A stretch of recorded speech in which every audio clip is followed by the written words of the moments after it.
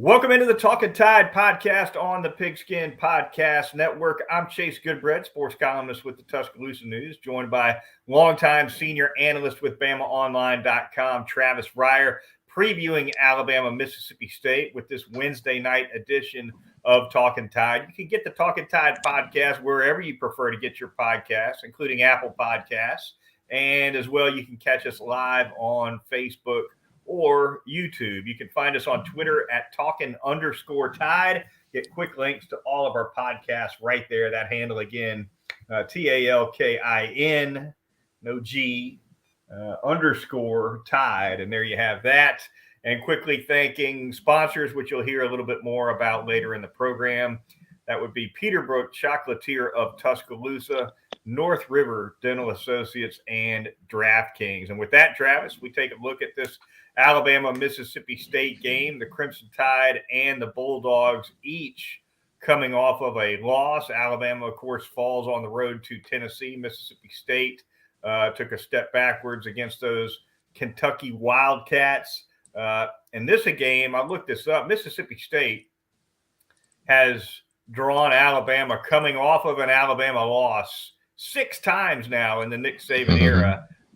Owing largely to the fact that for most of those years, the SEC schedule makers placed MSU right after LSU on the Alabama schedule. I think 4 of those 6 games have come off an LSU game. But Mississippi State, not unfamiliar, Travis, with the position of having to take on an Alabama team coming off a loss. Yeah, even last year after the Texas A&M loss in College Station, it was straight to Starkville for that Alabama team. And yeah, I hit on that at BOL earlier in the week too. It just seems like it's always Mississippi State for Alabama after a loss. And a couple of teams dealing with turmoil and really a tragic set of events here in the Mississippi State program here in the last 24 hours or so, is Sam Westmoreland, the 19-year-old member of the Mississippi State football team, tragically passes away. And Alabama still in the news for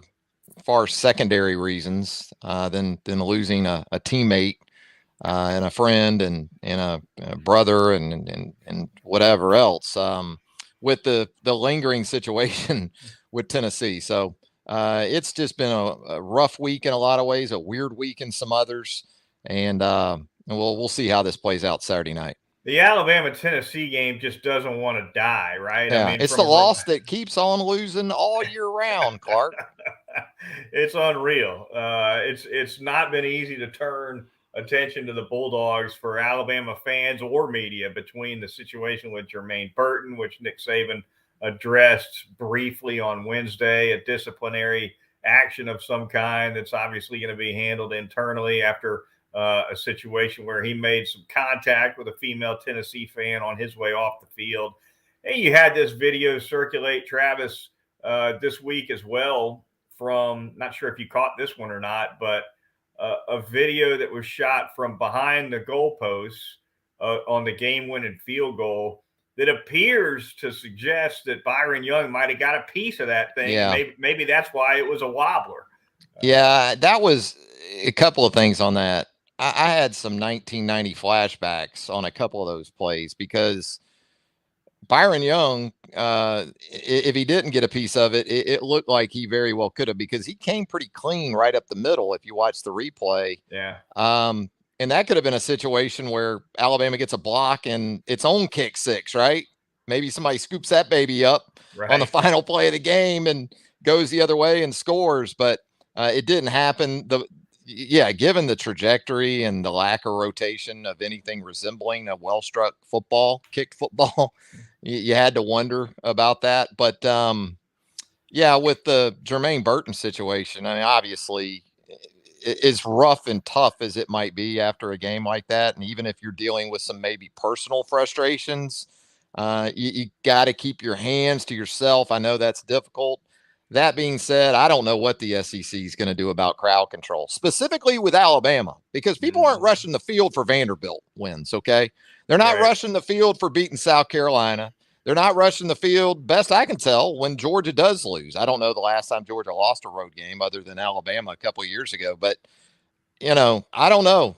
But it's it's really gotten to the point of beyond the point of just out of control. And you can talk about fines and things like this. I don't know.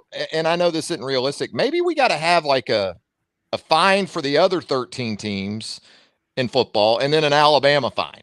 You know, you instead of getting fined 100K, if it's Alabama, you get fined $1 million. I don't know. I don't know what the answer is. I don't know if uh, the SEC should allot more money for security for road games involving Alabama. You know, do we need to do this thing like we do in basketball where you'll see after a Kentucky or a Duke loses right when the gun goes or the buzzer hits, you see them come out with these ropes right around the team to kind of keep them Right. sectioned off, and then it's almost like a cattle move into the locker room or into the tunnel. These are all things we got to consider as long as Nick Saban's in Tuscaloosa, it seems like, because it seems like every one of these ramps up a little bit more. And this is the fan base that did throw mustard bottles and everything else just a year ago Batteries. in a loss to Ole Miss. So I don't really have a great answer. One of these days, a rip down up field goal post is going to kill somebody or really hurt somebody Or too. you're gonna have people trampled to death, like you've seen in some of the European soccer.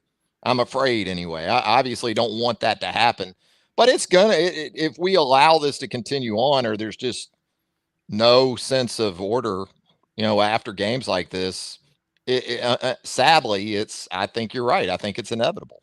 Question of when and not if, unfortunately. Yeah, no Yeah. doubt about it. All right. Alabama, Mississippi State. We will turn to the upcoming game. 6 p.m. Central Time start. Going to be on ESPN, of course, at Bryant Denny Stadium. Travis, the Alabama offense comes in certainly after an outstanding performance against Tennessee. Bryce Young comes off that injury, throws for 455 against the Volunteers. He's obviously good to go. Jahmyr Gibbs hot as well. He's rushed for well over 400 yards over his last 3 games, more than 100 in each of those, certainly. So Mississippi State's got his hands full, very much so, on defense. And this is a Mississippi State defense, Travis, that had higher expectations coming into the season, had a solid year defensively last year, brought back a lot of starters, and hadn't been terrible, but has been pretty average in the SEC. I believe they're middle of the pack at best, both against run and pass. And although they are 5-2, that's probably not quite what Mike Leach was looking for. No, I think that fan base is really disappointed with the Kentucky loss. And when you combine it with the LSU loss earlier, because I think if you're a Mississippi State fan this year, you're thinking we should be able to get a split of those road games, right? LSU and Kentucky. And it just didn't happen. And really, both were games where at the half, Mississippi State was in a good spot on the road and just couldn't close out those games. And last week, it was Christian Rodriguez that literally ran over Mississippi State in that Kentucky win, even with Will Levis back in the lineup. So, I love Emmanuel Forbes as a cornerback. I've talked about him, written about him in the past. And this is a guy with 13 career interceptions, 5 of them he's returned for touchdowns. So he's reminiscent of some Alabama corners from previous years, Chase, in that he not only picks off passes, he takes them to the house after he does it. Yeah, 5 picks for him on the year. That leads the SEC. He's got 6 pass breakups to go with that. I asked Nick Saban about him just here this evening. Saban very impressed with what he's done. He's a game changer. And, if Alabama had a monster wide receiver one, right, like a Jamison Williams, for instance, last year, maybe you'd expect to see Emmanuel Forbes just kind of shadow him wherever he goes. That's not the case with this Alabama receiving core, though. So you would think with the way Bryce Young has kind of spread the ball around to a wide receiving core that's been inconsistent on the whole, that we'll see Forbes not locked in on any one receiver, but matched up with. He's going to play where Mississippi State wants him to play, and whoever's in front of him, that's who he's going to get. Yeah, he impressed me as a true freshman against Alabama 2 years ago, he took some serious lumps against Devontae Smith as a first-year guy. But the thing was, he kept coming back and he kept giving it to Devontae. He never backed down in that game. And he's just continued to improve. And he's a smart player too. You watch him, he anticipates some things. He took Will Levis's lunch money on the pick six last week. So, you're right though, for the Alabama receiving core with Burton uncertain. What about Ja'Cory Brooks? Talk about a guy that might be trending in the right direction. Chase had a couple of drops at Arkansas. Didn't see much of the field after that. But these last couple of weeks, he's picked it back up, had a couple of big catches against Texas A&M 2 weeks ago. And then he probably should have had a 100-yard game against Tennessee. He lost one of his longest receptions to a holding penalty on Jace McClellan. But, this is a guy that looks like he's moving in the right direction, and they need him to. They absolutely need him to. And of course, he came up with what certainly one of the biggest catches of that Tennessee game. He's the guy that got him in field goal range with the catch at the end to set up Will Reichard's failed field goal attempt from 50 yards. So, Ja'Cory Brooks has been playing better of late, played really well against Vanderbilt. I think it was the week after that where he had the drop issues. But that's something to watch for sure. Defensively for Alabama, Travis taking on Will Rogers, who's averaging 335 passing yards per game. Really big year, obviously, for Rogers. Spreads the ball a lot like Bryce Young. He likes to spread it around. His backs catch a ton of balls. His top two running backs have 62 catches between them, or 61. Talking about Dylan Johnson and Jaquavius Marks. A lot of these completions for Will Rogers aren't for a lot of yards at the catch point. But this air raid offense gets those guys in space and forces a defense to make open field tackles, and it can be a matchup problem. Yeah, you do have to tackle in space, and those backs absolutely are critical. They've taken a step up. You say this and people kind of laugh under their breath, but Mississippi State is running for about 95 yards per game this season. And I know, again, people hear that and go, wow, this guy's making a point about the Mississippi State run game. Well, it's pretty damn good when you consider 2 years ago in Mike Leach's first season, they ran for 43 yards per game. And that's with the understanding, as you outlined, they throw it to the backs enough that it is essentially an extension of the run game. It augments the run game, how they utilize those backs in the passing game. I guess the concern I have for Mississippi State this week is I think Dylan Johnson, one of those two backs, along with Woody Marks, sustained a lower extremity injury in the first half at Kentucky last week. And I'm not sure how much we're going to see of Dylan Johnson this week. Maybe he'll be able to go, but it could be a situation where it's a whole lot of Woody Marks. And they like to use those guys in the game together too. And I think Johnson, in terms of pass protection, probably the better of the two there. So Johnson gives them a little more thump than Marks does. What about the similarities between Tennessee's offense and Mississippi State's, Travis? Does Alabama draw anything from the fact that those two offenses have they're not exactly the same, but you wonder if it might help Alabama's defense a little bit to play these two teams back to back from a practice standpoint? Josh Heupel played for Mike Leach in college at Oklahoma. Leach making mention of that earlier this week. And the air raid offense has so many branches and leaves on it now, and coaches create cousins out of it, right? I mean, one is not necessarily the same as the other, but I do think it could help Alabama's defense a little bit to be dealing with some of this stuff 2 weeks in a row.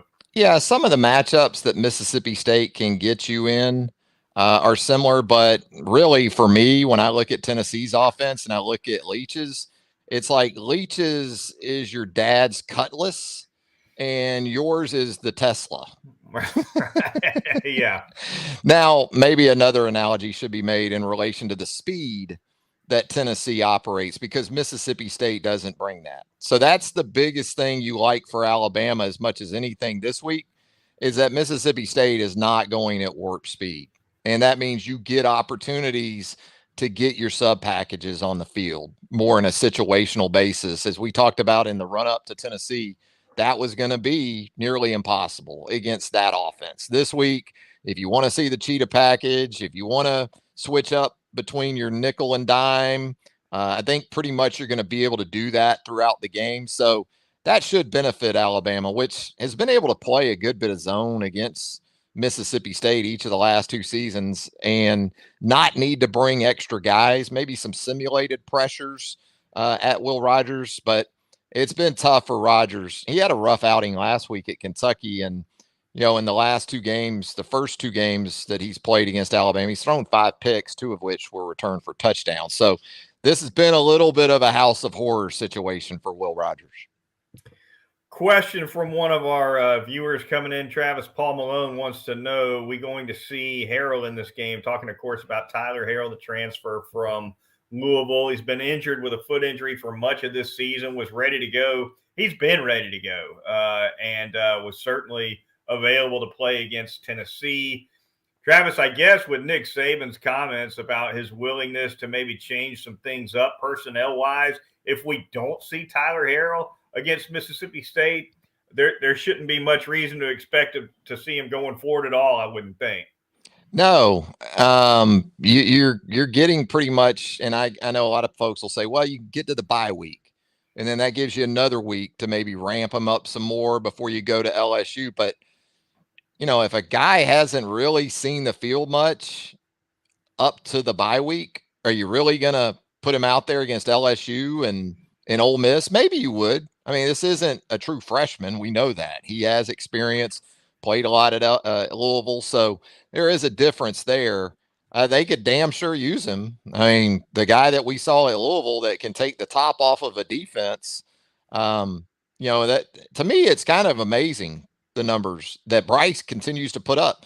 He put up 455 at Tennessee, and there wasn't a Jamison Williams or even a John Mechie in that rotation. Right. That's just how efficient he was with the football, and how even when there were some tight windows and some guys went up and made some plays for him. Jermaine Burton, speaking of Jermaine, he made a 50-50 play on about a 33-yard pickup. But for the most part, Bryce is having to fit the ball into some tight windows, whether we're talking a short, intermediate, or vertical game. He is. And Cam Latu made another nice contested catch as well for Alabama. So guys have made some plays, but separation has definitely been an issue for this receiving core, which you're a little surprised to see for a program that brings in top-rated signing classes pretty much year in, year out. Maybe Tyler Harrell does carve out a role. I would think, though, that if that's going to happen, we begin to see some sign of it very, very quickly starting this weekend. I'm with you. Like we just talked about, I know you could get to the bye week and have some more time, but I would think this is, if it's going to start to happen, and Aaron Anderson too, maybe. I think the problem for Anderson, though, is they already have guys like him that are contributing, like Isaiah Bond, like Kobe Prentice, JoJo Earl back now. So they've got that kind of guy. Yeah. And Anderson can stretch you too. But Tyler Harrell is like world-class vertical speed, and they don't have that right now. The Vegas man, Travis, he's got Alabama by 21 in this game. Seems a little high to me. The official give out from Chase Goodbread and the column this week is going to be those Vanderbilt Commodores getting 14 on the road at Missouri. I'm feeling it, Travis, if I'm giving out Vanderbilt. But I like VU plus AJ Swan. Yeah. AJ Swan. Will Shepherd trying to get to 7-1 against that on the spread. So yeah. I mean, it's some of these lines get tougher, don't they? It seems like they do. It seems like once the man kind of gets his feet under him a little bit, you got to get the man in week 0, week 1, and get off to that hot start before he kind of really gets his wits about himself. Because once he does that, the results seem to be predictable. What is it? Alabama minus 21.5. What are we talking about? Yeah, 21.5. Yeah. I like Alabama to cover that this week. Do you? Well, I mean, last 2 games against Leach, 90-9. I mean, it's been ugly. It's been ugly, and I do think that, and it hadn't been an easy week for Alabama. It's been a tragic week for Mississippi State. So you don't know how any of this is going to play into it, if at all. But man, I've watched 3 Mike Leach teams as a head coach go against Alabama, 1 at Texas Tech, 2 now at Mississippi State, and his teams have scored 1 touchdown, kicked 3 field goals, or 4 field goals. So I got to see it from State before I believe it. And again, I think there are a couple injuries perhaps on that offensive side of the ball, one on the OL that they had last week too, that, make me think Alabama might be able to get there. Would that have been an 05 Cotton Bowl squad you're referring to? That was it. Yeah. That was it. Yeah. Speaking of ugly field goals, Jamie Christensen. How about that one? Mike Shula's finest squad. It was. And, in fairness to Jamie, that playing surface that day at the old Cotton Bowl, oh my God. Yeah, it was less than ideal, put it that way. All right, the Talkin Tide podcast on the Pigskin Podcast Network. Moving on now, we're going to thank a couple of sponsors for you here really quickly. Going to start out by telling you all about North River Dental Associates and that fine service you get from Dr. Jack Smalley and his great staff of dental hygienists. They can get you taken care of with porcelain veneers, cosmetic dentistry, pediatric dentistry, endodontics, everything you might need. My wife just broke a tooth the other day. She's going to get in to see Dr. Jack. She'll get taken care of very quickly and easily. He'll do a fantastic job. The teeth whitening services, always very popular at Dr. Jack's place as well. Location, convenient for sure, 1100 Fairfax Park, right off of Watermelon Road, next to West Alabama Pediatrics. And on a routine cleaning, you are typically going to be in and out in less than an hour. You can't beat that. Give them a call. The number is 752-3506, or you can visit northriverdentist.com to make an appointment. It is North River Dental Associates. I'm going to tell you about Peterbrook Chocolatier out there at 1530 McFarland Boulevard North in the Indian Hills section of Tuscaloosa. Wow. Halloween rapidly approaching, and it's not officially fall, and it's certainly not Halloween if you don't get by there, Peterbrook Chocolatier, and get yourself one of those caramel hand-dipped apples at Peterbrook Chocolatier. They're going to dip them in that house-made caramel, and then they're going to hit them with that freshly tempered chocolate, whether it's the white, the milk, or the dark chocolate. And then if you'd like some accessories to your caramel chocolate dipped apple, they're going to be able to hook you up with maybe some graham cracker dust, maybe some nuts on there, maybe a little white chocolate or milk chocolate or dark chocolate drizzle to finish it off. Goodbread. They got you covered. Peterbrook Chocolatier, 1530 McFarland Boulevard North in the Indian Hills section of Tuscaloosa. If you got a sweet tooth, and yours truly certainly does, there's no better place to go in Tuscaloosa than Peterbrook Chocolatier. Finally, going to tell you all about DraftKings, our corporate sponsor of the NFL action in full swing now at the DraftKings Sportsbook, an official sports betting partner of the NFL. We're talking touchdowns, big plays, and bigger wins as new customers can bet just $5 on any NFL team to win and get $200 in free bets if they do. Use that promo code TPPN. That'll help us out here, and they will get you taken care of. Lots of great action in the NFL this weekend. You got Falcons at Bengals. You got Bucks at Panthers, Browns at Ravens, Jets at Broncos. Those Packers trying to get on track on the road against the Washington Commanders. Plenty of games, plenty of lines. So download that DraftKings Sportsbook app now. Use the promo code TPPN, and you'll get $200 in free bets on a $5 bet if your team wins when you place that bet on any game with promo code TPPN only at the DraftKings Sportsbook, an official sports betting partner of the NFL. Minimum age and eligibility restrictions apply. Travis, we will dive into a couple of SEC games this weekend really quickly here. Kind of a light slate. The highest occurrence of idle weeks in the entire SEC schedule is this week. We got 5 SEC teams sitting this week out. No other week of the season has that many. So a light schedule for sure. Even lighter considering Tennessee is taking on UT Martin. You want to talk about the game that won't go away. You think they're not you think they're not going to keep talking about Alabama for another week with UT Martin coming to town in Knoxville? Come on. Well, and you know what? You got Ty Simpson's dad as the head coach at Tennessee Martin. So you can't get away from the Alabama That's right. connections. Yeah, Jason Martin, head coach of the Skyhawks, I believe they are, of UT Martin. So yeah. You know, I think Ole Miss LSU has some potential. Goodbread. What about you? I like that game. That's Texas A&M. You never know with Texas A&M and South Carolina playing at home. I mean, there's the potential there. Even Vanderbilt, Missouri, other than Tennessee going non-con against UTM, game should be competitive. I don't know. I guess I'm not expecting Alabama, Mississippi State to maybe be as close as you do.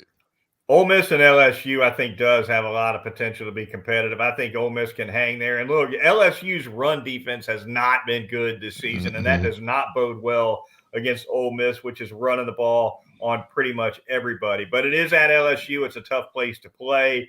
Ole Miss is still Ole Miss. You question whether or not they're going to stumble at some point. And it's getting a little late for them to stumble, but Death Valley is one place where it can happen to anybody. So I do think that'll be a close game. I look at A&M and South Carolina, Travis, and that just screams to me the kind of game that Jimbo cannot afford to drop. I mean, he's Teflon Jimbo. I know. Coming off the bye. Yeah. You can't, if you're Jimbo, you can't drop that one. I don't care if it's on the road. There's going to be calls. There's going to be calls for his head if he drops that one. This is the potential for a Shane Beamer special too, you know. Get the boys fired up. You know, South Carolina has a road win at Kentucky, so it's certainly reasonable to think that the Gamecocks can pull this one off at home. I'm with you. I don't trust A&M a bit. I don't. I'm not picking South Carolina to win this game either, but I don't trust the Aggies here either, because the last time we saw the Aggies, played Alabama tough. You know, it looks like they got this thing maybe going in the right direction. We'll see. Vanderbilt at Missouri, kind of a seller game there. What are your thoughts on the Commodores taking on the Tigers? Can they pull off an upset outright or no? I think Vandy can hang in this one. I'm giving out that 14. I think Vandy can hang. I think maybe Missouri's a little better than we're giving them credit for, because you think about the games they've lost. They either gave away a game at Auburn, or, you know, look at the close losses. Georgia, Florida on the road. Not that Florida's world beaters. We saw LSU go into the swamp and win last Saturday night. But, I think this game, the similarities are many. I think even in the team colors and even in terms of maybe roster strength. That is going to do it for this edition of the Talkin Tide podcast. We're going to be coming at a quick programming note for you. We're going to come at you with our Alabama-Mississippi State recap episode a little earlier than usual on Sunday. So you can look for that on Sunday afternoon rather than late Sunday evening. So looking forward to that. That'll be the next time Travis and I come back at you. So for Travis Reier of BamaOnline.com, I'm Chase Goodbread, sports columnist with the Tuscaloosa News, and we will talk to you Sunday afternoon here on Talkin Tide.